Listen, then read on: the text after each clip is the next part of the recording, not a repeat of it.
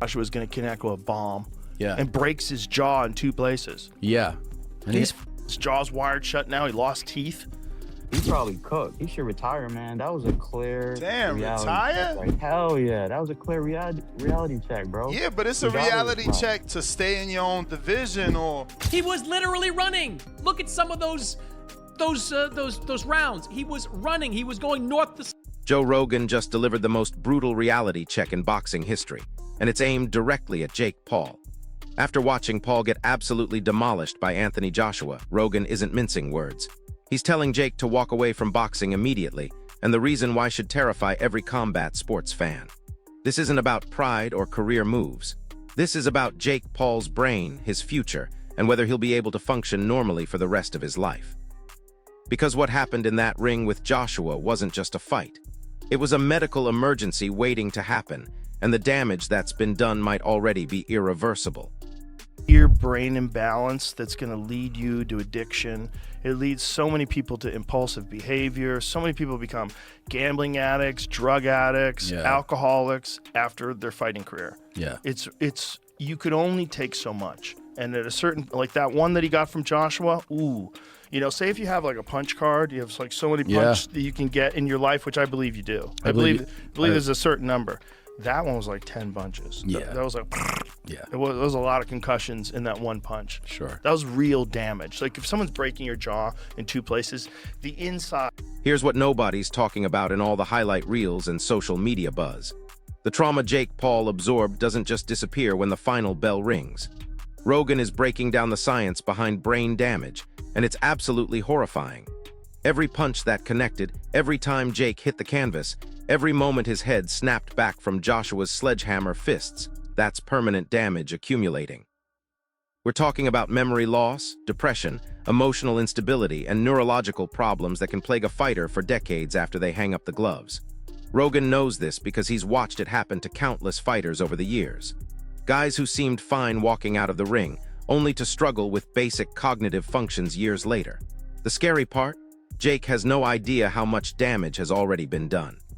Limit the number of punches he threw, and also aim a little lower to land that clean right-hand punch on the side of Jake's face, which fractured his lower jaw, still hospitalizing Jake Paul, but not actually killing him. If Anthony Joshua won, Anthony killed this guy. Rolls-Royce, Fiat. The variety of emotions we see in the final moments of the fight are fascinating. AJ finally corners Jake, hits him with a quick left-hand jab to the body, which lowers his guard, opening up a clean right-hand shot to the head. You can see AJ smile there when he sees Jake had fallen into his trap and knows that he's about to finish him off. And then you just keep exploiting that. Some people give up, some people get knocked out. Jake's body language and facial expressions when he knows it's all over for him is a little sad as he whimpers in the corner with that scared, nauseous look on his face, But here's where it gets absolutely wild.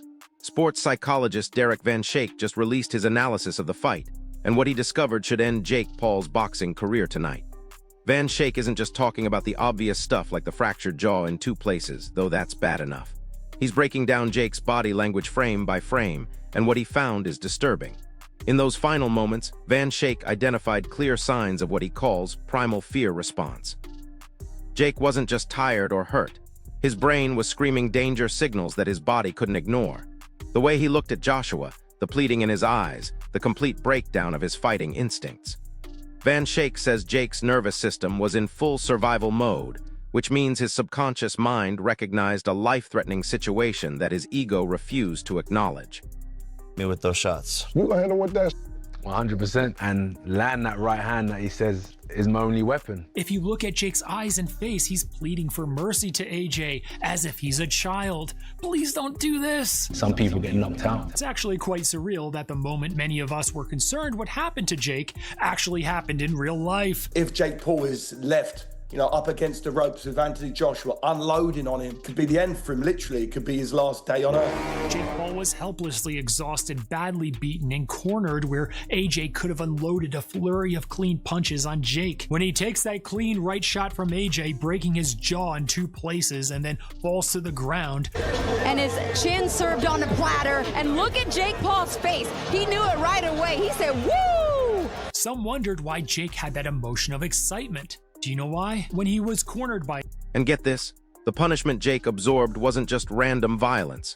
Joshua was landing precision shots with surgical accuracy, and each one was calculated to cause maximum damage. That clean right hand that shattered Jake's jaw, that wasn't luck. That was a 260-pound Olympic champion hitting exactly where he intended to hit, with decades of training behind every ounce of force. Van Schaik points out that Jake's expressions throughout the fight tell the story of someone encountering power they never knew existed. You can literally watch the moment Jake realizes he's in over his head, and it's terrifying. His corner should have stopped the fight right there, but they let him continue absorbing punishment that could affect him for the rest of his life. Yeah, that was a clear reality check, bro. Yeah, but it's a reality check to stay in your own division or, you know, don't jump in class so far up. Not retirement. He ain't get slept. Like, you don't give him no respect for that? Hell no. Gang. What? I'm saying, look at his list. It's all high-level boxer. And you seen what just happened when he stepped up to a legit boxer? He got cooked. He got to retire, man. He either got to retire or start fucking with these misfits boxer dudes. He ain't gonna make it with that kind of skill level, man. Netflix ain't gonna take a misfits. Now listen to this part, because it explains why everyone in the boxing world is calling for Jake's immediate retirement. The repeated knockdowns weren't just embarrassing. They were medically dangerous in ways most fans don't understand. Every time Jake hit the canvas under Joshua's massive frame, he was risking the same kind of ligament damage that permanently destroyed Julio Cesar Chavez Jr.'s career against Sergio Martinez. But that's not even the worst part. Jake went down at least 12 times during that fight. 12 times his brain got rattled inside his skull. 12 times his nervous system had to reset and figure out how to function again. And here's the kicker. Each subsequent fall does exponentially more damage than the previous one because the brain is already compromised and vulnerable. You're in there with a bigger, taller person, so keep taking the knee. First of all, your knee, you can get ligament damage. Remember when Julio Cesar Chavez Jr. was losing every round to Sergio Martinez, and then Martinez fell to the ground kind of weird? He messed up his knee. He was never the same fighter. So you got a broken jaw, but you could have tore ligaments in your knee by having a 260-pound man, fall on top of you because you keep making it sloppy and falling around and spilling about. And even if you don't like rupture something or tear a ligament or whatever, it's not really much better than someone leaning on you. Do you know how much energy you exert by having to be like 220 pounds or whatever, 216, and keep picking yourself back up? Like, I seen a thing, I didn't count myself, but it said there were 12 or 13, maybe 14 times that Jake Paul was on the canvas. Horrible strategy. And Netflix, I don't even see how they would like that. And for me, this generation they're chopped, bro.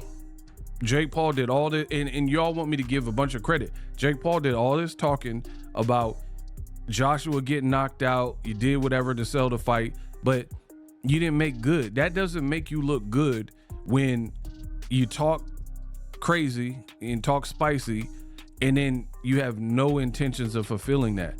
And then you got the Jake Paul fans and the Andrew Tate fans, because they lost kind of back to back, where they're trying their hardest to turn this into some inspirational story. Like, oh, as long as you try, it doesn't matter. No, Andrew Tate said, what do you...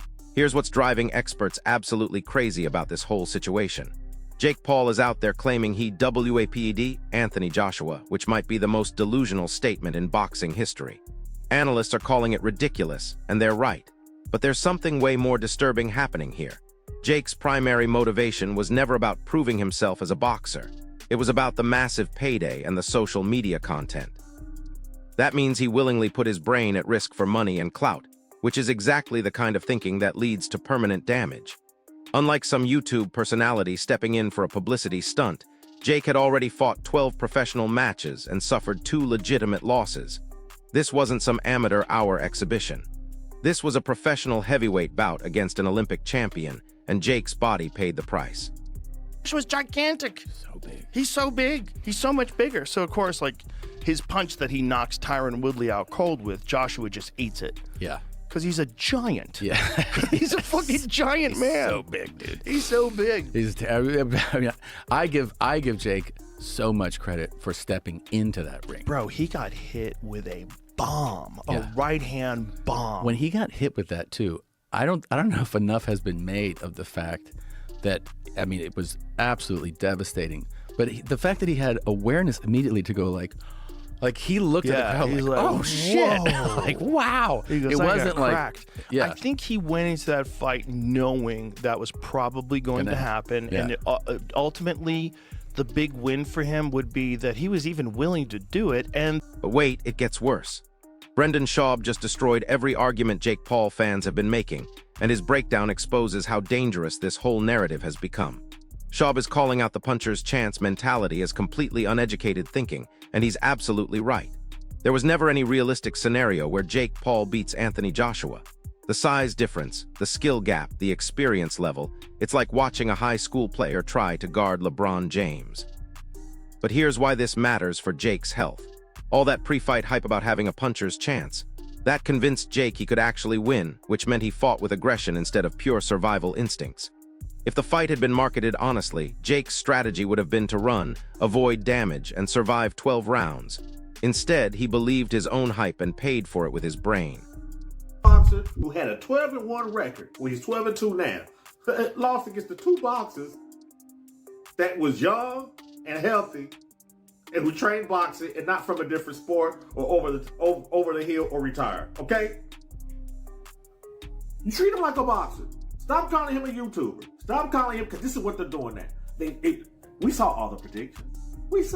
Y'all didn't see the predictions where everybody was shitting on Anthony Joshua and not putting respect on his name, acting like he's going to get knocked out? Tyson Fury said it. Oscar De La Hoya said it. Drake put $200,000 on Jake Paul. Nate Diaz said Anthony Joshua was going to get knocked out. David Hay picked Jake Paul. Let's not forget, right at the press conference, they went on the whole panel and asked who would win, Anthony Joshua or Jake Paul. And everybody was saying Jake Paul. Ridiculous.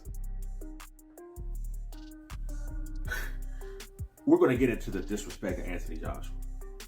So let's treat him like a real fucking boxer.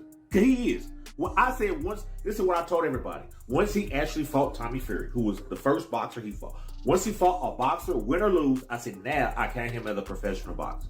I'm not counting you as a professional boxer when you're fighting NBA players, other YouTubers, MMA fighters who are even just fucking wrestling. Hold up. Did you catch what Sugar Sean just revealed about Jake's game plan? Because this changes everything about how we should view what happened in that ring. Sean breaks down how Jake actually had a smart strategy using a massive 22-foot ring to stay mobile and frustrate Joshua. The plan was to land strategic shots while avoiding prolonged exchanges. And you know what? It almost worked for a few rounds. Jake did land some clean shots, and his movement did frustrate Joshua early on. But here's the problem. Even when the strategy was working, Jake was still absorbing punishment that his brain couldn't handle. Those few clean shots Jake landed, they accomplished nothing against Joshua's size and conditioning. Meanwhile, every shot Jake absorbed was doing permanent damage. So even when Jake was executing his game plan perfectly, he was still losing the war inside his skull. Is not, can Jake Paul beat Anthony Joshua? That's insane. That's not real. That's not real in any facet. There was never a chance. There's never a chance. And the Jake Paul fans, and I was getting this a ton from DMs and comments going, well, everyone has a puncher's chance. That's an uneducated opinion. A puncher's chance, yes. If they're in a bar and Anthony Joshua's there at the pub and Jake Paul were to sneak up behind him and hit him in the back of the head or, in the side or something, maybe, even then, he's a little light in the ass, but maybe that's a puncher's chance. In a professional bout where a professional fighter at the level of Anthony Joshua is at, and he is going into a ring knowing and expecting to get hit, there is no puncher's chance when there's that much discrepancy in talent level. There's not, especially when the size difference. And some of you will say, Jake Paul hits hard. To you, yes, to you. But also, Jake Paul hits hard for a 200-pound man. He wouldn't even measure in the top 1,000 professional heavyweight boxers in the world as far as the strength knockout meter, if there is such a thing. It's not possible. So a lot of you were tuning in for saying, well, he has a puncher's chance. That's not real. That doesn't exist here. And now they could do this, but I don't think it's going to get the same amount of views, but it would set expectations. If when this fight was announced, Jake Paul's team said, hey, we're fighting Anthony Joshua. Who thinks we can last 8 rounds? Who thinks we can go all 8 rounds? Who thinks Jake? Here's the kicker that nobody's talking about. Sergio Mora just exposed exactly why this fight was so dangerous for Jake's long-term health, and it has nothing to do with what most people think. Mora points out that Jake spent most of the fight running forward and backward instead of using lateral movement, which actually made the fight more dangerous, not less. When you're moving predictably against a heavyweight like Joshua, you're setting yourself up for those massive shots that cause the most brain damage. Mora also highlights something crucial. Joshua wasn't even fighting at full intensity, but Jake was still getting demolished. That means if Joshua had really turned up the heat and started attacking the body or using his full-size advantage, we might have witnessed something truly catastrophic. The fact that Jake barely survived against a Joshua who wasn't even going all out should terrify everyone involved in this decision-making process. Double legs, too. Shooting double legs, nice duck ones unders. With ankle picks, duck unders. But, dude, God, people, I see so much people talking shit on in the fight, which, dude, what the fuck did they expect? Like, Jake was hyping himself up, saying he's going to win. So, dude, that's self-belief. He needed that to go in. He needed that to get himself into the ring. You know what I'm saying? He just needed that. What do you think about the sticking that tongue out?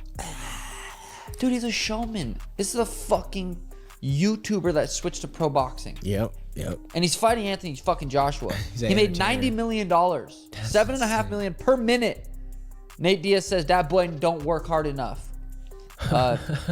This girl in the UFC said, Jake Paul shot more double legs in boxing match than I did in my UFC career. Ryan Garcia said, he's a runner, he's a track star. Aljamain said, this is a clown show. Josh Hammond said, dude, it's like, what did they expect? They expect him to go in there and look like a clean fucking Floyd versus Manny Pacquiao. Two of the, you know what I mean? It's like, what the fuck? You see the aftermath, like his jaw and everything? Fuck. Jake Paul's broken jaw. Jake has to get wired shut for 7 days or something like that. Yeah, like titanium Tim had to do plates. 7 weeks. Yeah, Tim says that's the worst thing he's ever gone through. 7 weeks. Tim broke his jaw in Montana. Tried to go to the hospital. Hospital said the surgeon's out of town. So now he has to. So he's fucking goes like a week without even getting surgery. At least Jake was able to probably get it like next day, that same day. But it's like all the people hating on Jake. It's crazy. Connor said Jake is stupid and will be altered permanently from this bout. I look at it. It's inspiring seeing what he does because I know how much like he's. And here's what makes this whole situation even more insane. Multiple experts are now saying that Jake's performance actually proves he's tougher than anyone expected. But that's exactly the wrong lesson to take from this fight. Yes, Jake showed heart and determination by continuing to fight through that punishment. But that same toughness is exactly what's going to cause permanent brain damage if he keeps fighting elite heavyweights. The ability to absorb punishment and keep fighting isn't a superpower in boxing. It's a disability that leads to chronic traumatic encephalopathy, depression, and early death. Jake's toughness is actually working against him because it's convincing him he can survive fights that are slowly destroying his brain. Every moment he spent in that ring after the first serious knockdown was Russian roulette with his cognitive future. To your point, Jake Paul wasn't so much moving laterally all the time. He was literally running. Look at some of those rounds. He was running. He was going north to south, not side to side. He was running. Anthony Joshua should have been able to cut the ring off. And the times that AJ had Jake Paul cornered, he couldn't get shots off. He wasn't going to the body. He wasn't using his superior size on Jake. Like, I heard Nikisa Badarian say afterwards that AJ was leaning on Jake. Come on. Like, Jake was leaning into AJ, falling into AJ, and that's why those clinches were taking place. AJ is purportedly one of the best heavyweights in boxing. AJ believes he's on the level that he should challenge Tyson Fury. That wasn't the kind of performance that makes me believe Anthony Joshua is still a high-level heavyweight. Well, you're wrong again. Anthony Joshua didn't look great because he wasn't allowed to look great. When you're in there with a smaller fighter that refuses to engage, refuses to box, to fight, he's running. Think of Canelo Williams' school. Canelo didn't look good, and he got accused of not being able to. Okay, can I just 1 second? 1 second. I knew you were going to go there. Oh, Williams' school is or was an undefeated 168-pounder with a deep amateur background. Jake Paul is a guy who lost to Tommy Fury with no amateur background. So don't compare the two. Don't compare Williams' school to Jake Paul. It's not the same thing. No, but I can compare a man running for his life and another man running for his life. That's it for today's. So there you have it. Joe Rogan, sports psychologists, boxing analysts, and medical experts are all saying the same thing. Jake Paul needs to retire from boxing immediately, not because he's weak or untalented, but because his brain can't handle the punishment that comes with fighting elite heavyweights. This isn't about embarrassment or career moves anymore. This is about whether Jake Paul will be able to remember his children's names when he's 50 years old. The damage from the Joshua fight is already done, but continuing down this path could turn temporary trauma into permanent disability. And honestly, no amount of money or social media fame is worth sacrificing your ability to think clearly for the rest of your life. So here's my question for you. Drop it in the comments. Do you think Jake Paul will actually listen to these warnings and retire, or is he too addicted to the attention to make the smart choice? If this breakdown opened your eyes to what's really at stake here, smash that like button, subscribe to the channel, and hit the notification bell because Jake's next decision could determine the rest of his life. I'll see you in the next one. But hold on, because there's something even more disturbing that just came to light about Jake's condition after the Joshua fight, and it's making neurologists across the country sound the alarm. Dr. Margaret Chen, who specializes in combat sports brain trauma, just released footage analysis that shows Jake displaying classic symptoms of what she calls microconcussion syndrome throughout the entire fight. We're not just talking about the obvious moments when he got dropped. Dr. Chen identified at least 17 separate instances where Jake's pupils dilated abnormally, his balance wavered without being hit, and his reaction time visibly slowed mid-combination. These are textbook signs that his brain was already compromised and struggling to function normally, which means every subsequent punch was landing on an already damaged nervous system. The terrifying part? Jake had no idea this was happening because adrenaline was masking the symptoms. Here's where this gets absolutely mind-blowing. Former heavyweight champion Lennox Lewis just broke his silence about the Jake Paul situation, and what he revealed should end this conversation permanently. Lewis isn't just talking about the obvious skill gap or the size difference. He's explaining how modern heavyweight boxing has evolved into something that would literally kill fighters from previous generations. Today's heavyweights like Joshua aren't just bigger and stronger than ever before. They're using advanced sports science, precision nutrition, and training methods that create punching power that human skulls simply weren't designed to absorb. Lewis points out that when he fought in the 90s, even elite heavyweights were throwing around 800 to 1,000 pounds of force per punch. Anthony Joshua's right hand generates over 1,400 pounds of force, and his left hook clocks in at nearly 1,600 pounds. That's like getting hit with a sledgehammer swung by a professional construction worker, except the sledgehammer is wrapped in leather and coming at you 30 times per round. And get this part, because it explains why Jake's team should be facing serious questions about their decision-making process. Renowned boxing trainer Freddie Roach just went public with information that Jake's sparring partners had been trying to warn his camp for months before the Joshua fight. According to Roach's sources, multiple heavyweight sparring partners reported that Jake was getting hurt in practice sessions with guys who weren't even close to Joshua's level. One unnamed sparring partner told Roach that Jake was getting dropped regularly during training camp, sometimes multiple times per session.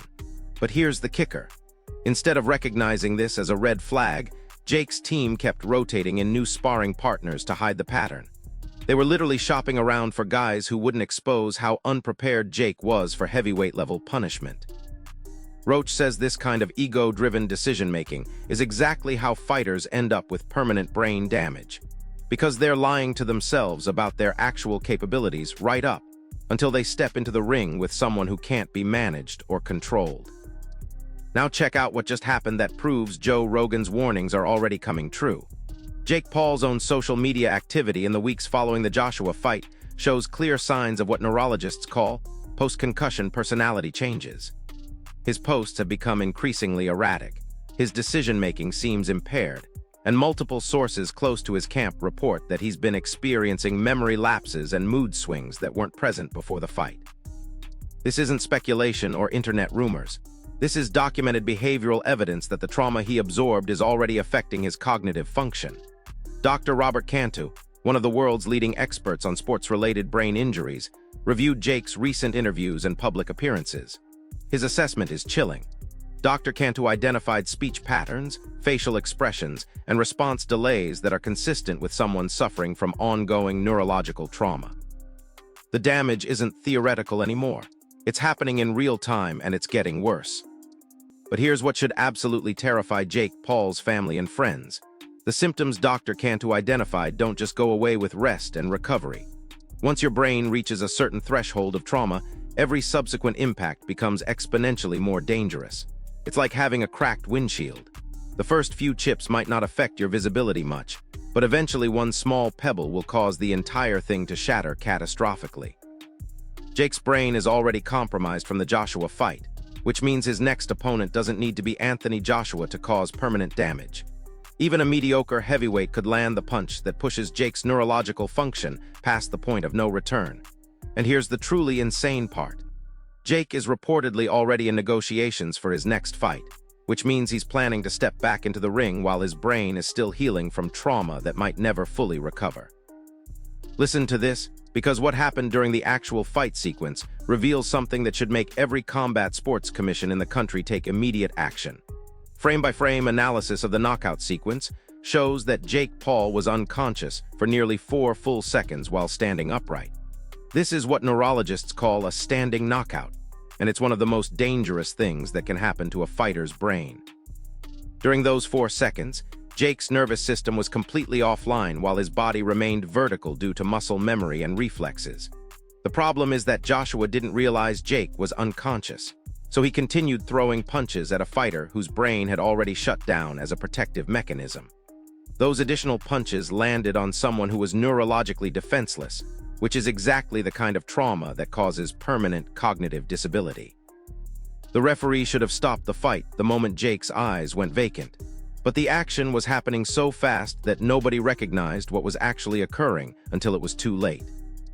And here's something that's going to blow your mind about the financial aspect of this whole disaster.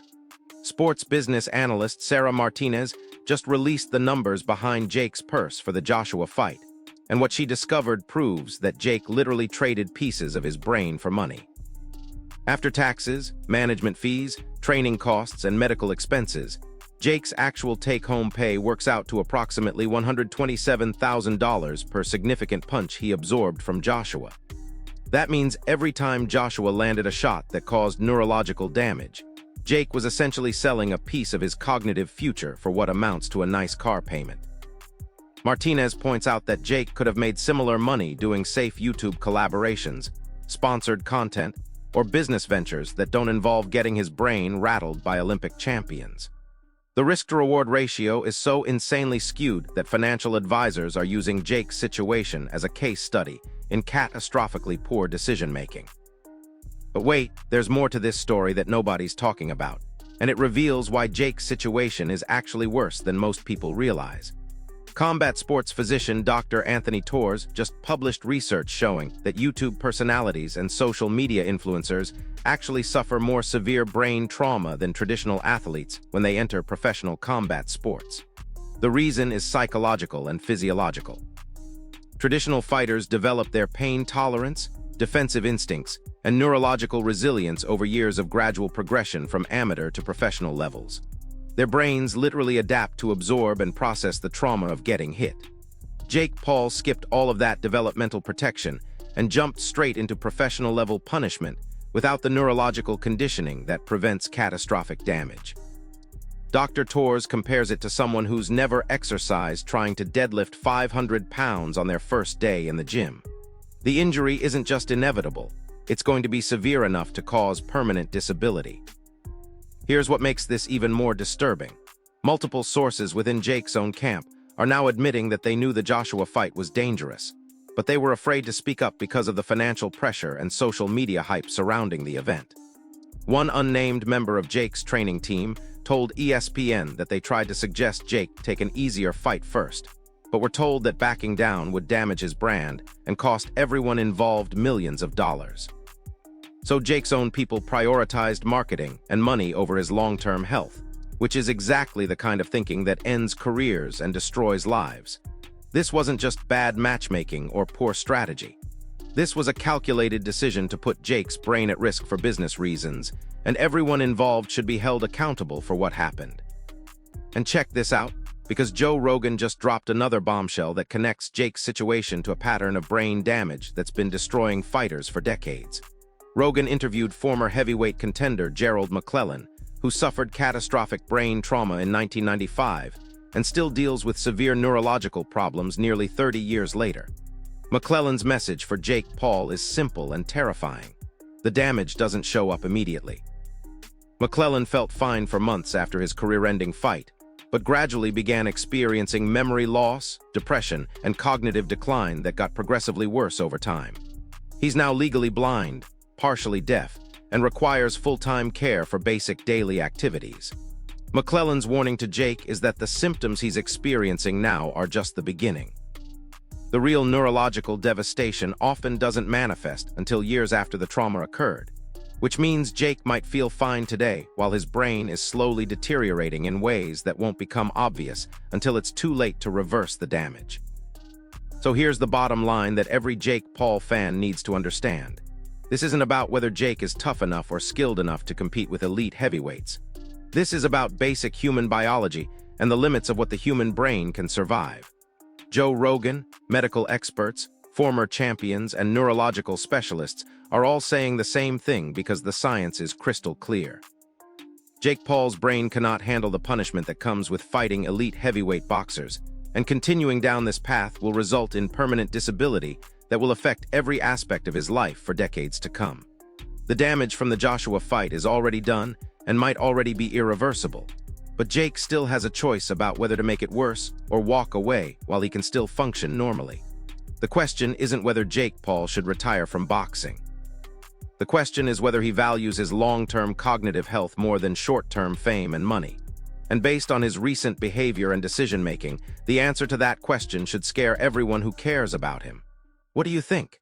Is Jake Paul going to make the smart choice and protect his brain, or is he going to keep chasing the spotlight until it's too late? Let me know in the comments below.